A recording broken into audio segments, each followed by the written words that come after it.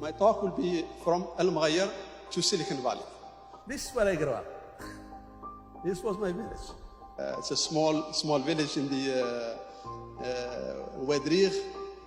For those who don't know, it's Wilayat al-Wad, located between Biskra and Tugurt. I never knew that electricity existed until I was 12. We did not have even running water.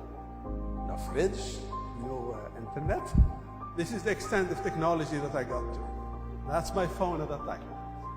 So that's what I started. Literally, it could have been anybody. I just happened to be a number in the probabilities. Just a probability happened that it's me. It could have been anybody. And I am absolutely no different than any of you. And I will go through some points just to make the point that anybody could have done it. At the age of 12, I had an idea. I didn't know. I was in the Sahara Desert, small village. You don't know anything. So I had this idea. I used to go buy soap. My mom sent me to buy soap, and there are cards there, some cards for games and all this. And I had this idea. I was a kid, so I wanted to make a game, and that I'll teach people geography. And I was thinking about how to do it, and I went to people and said, "This will make it very good." I made my card, and I went to people, try to incite them to do it, and people look at me crazy. But I did not know what it is at that time, so I just in the middle of it. So I gave up the idea, but I never left that dream go away. I had it, I never let it go. When I finished my PhD, I took 6 months, and I worked on it, and I made it a game, and it sells all over the world, and I get royalties on it. So never let your dream die, even if it stays inside.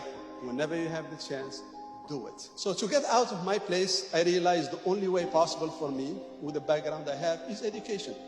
Education, education, education. And I had a lot of gaps, a lot of holes. So I took all the classes, and all these practical classes and all this. And my last few years at Stanford, I was doing a PhD in solar energy at that time. And there is this guy, these two guys, they came to me and they said, "We are interested to do a startup in semiconductors." And I go, "What is a startup?" And they want me to be the technical, the CTO of the company. I said, "No, I don't want to do it. I'm going to Algeria to teach." And that's what I was sent. I was sent to go and come back and teach. So many years later, a few years later, I ran into these guys. I found they were there. They were selling company. The company sold for $100 million. Why I'm telling this story is these are people that believed in me more than I believed in myself. That's the worst thing that can happen to a human being, that somebody else believes in you more than you believe in yourself. So I just hit me, the biggest thing hit me in life. And I went and I wanted to know everything about startups, how to do companies, I learned everything possible. Life, when you do things, you should not try to be better than anybody. You have to be better than yourself. Better yourself. Get to know yourself and do better than you can. Don't worry about anybody. We don't all start with the same point. Some people have their fathers is Bill Gates, and some people have Mahatma Gandhi, I guess, or something like that. So we don't have the same funding. So we started differently. So you do what you can with what you have, and you push forward. And while going, so what you do is you take it step by step. You set goals, and you go step by step, and don't worry about what's happening around you. So it's small, solid steps and strong goals. And while going, remember to leave your footprints. You have to go and leave your footprints. For whatever you do, you are a farmer, you are a scientist, you are somebody sweeps the floors, you try to do the best you can. And that's what all you need to do. So if you look at it this way, it looks like stairs going up. This is life, is very easy. In fact, life is not like that, unfortunately. It's more like this. At least my life has been like this, or even worse. So you go up and down and up and down, and life is full of ups and downs, and you have to ride them and take them to where, and just wake up every time when you do it. I will tell small stories. So I went to my taxman, a guy who was about 80 years old, and he was doing his taxes, my taxes, and he told me, "Let me tell you an advice." And he said, "Look, you are not old enough to know this. I am retired. I sit in the backyard. And there is nothing that bothers me in life than things that I want to do and I have never done. It eats me in life, and you cannot sleep when you're old. So do them now. The next day I quit my job and I went and I did something else. If you have something in your mind and you want to do it, don't let it there. Get it out of your system. That's the best way to do things. It's by trying and moving forward, you learn things. If you break eggs, let it be. The more eggs, the bigger the omelette. So please discover yourself and know what you love. It is money, let it be money. Research that, but you have to love what you want to. And things will roll out from there. My advice is never stop advancing and never look back except to assess yourself. Don't let life define you, you should define life. And keep dreaming. Don't downplay yourself, risk big, do things, and if it doesn't work, you go back and work for some other companies. Life is short to just keep repeating the same thing. You really need to snap out of it like, let me lose a couple of years of my life. It might lead somewhere. Don't be afraid of, see, you cannot make an omelette unless you break the eggs. You learn, also you fail in life. It's okay.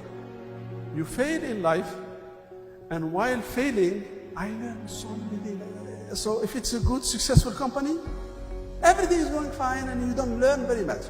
If it's a failure, you learn so much. It's unbelievable. If you really have a good education and you step out of, government is going to give me a job, what am I going to do, all that stuff. You have to get out of it. Start to think about what problem the society has, can I solve it? A lot of people tell me, I have an idea. Everybody has an idea.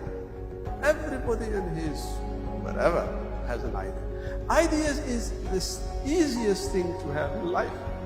If you don't have an idea, there is something wrong with you. Whether you make money or not, or it's already out or not, that's another story.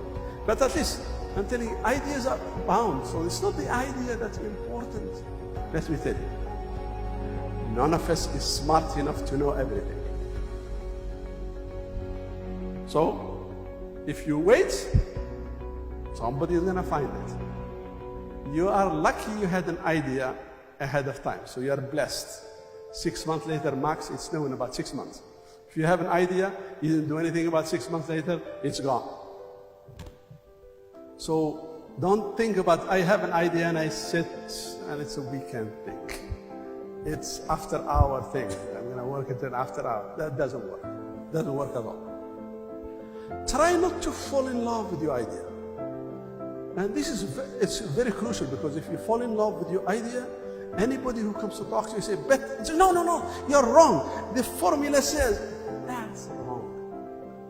You have to be able to say, because you're risking your life, you have everybody who tell you something and it sounds like it's a problem. Maybe there is a problem. You'd rather talk to the guy that figure out the problem and stop, rather than hide it behind the curtain and keep continuing. Don't try to make all the money by yourself. 100% of zero is zero. 10% of a big number is quite very good. So bring people, have them share with you the wealth. Make something successful. Don't look for the money, look for the success.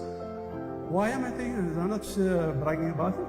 It's one thing, if you have a dream, don't let it go. Doesn't matter, it will stay for 20, 30 years. Stick with it. One of these days,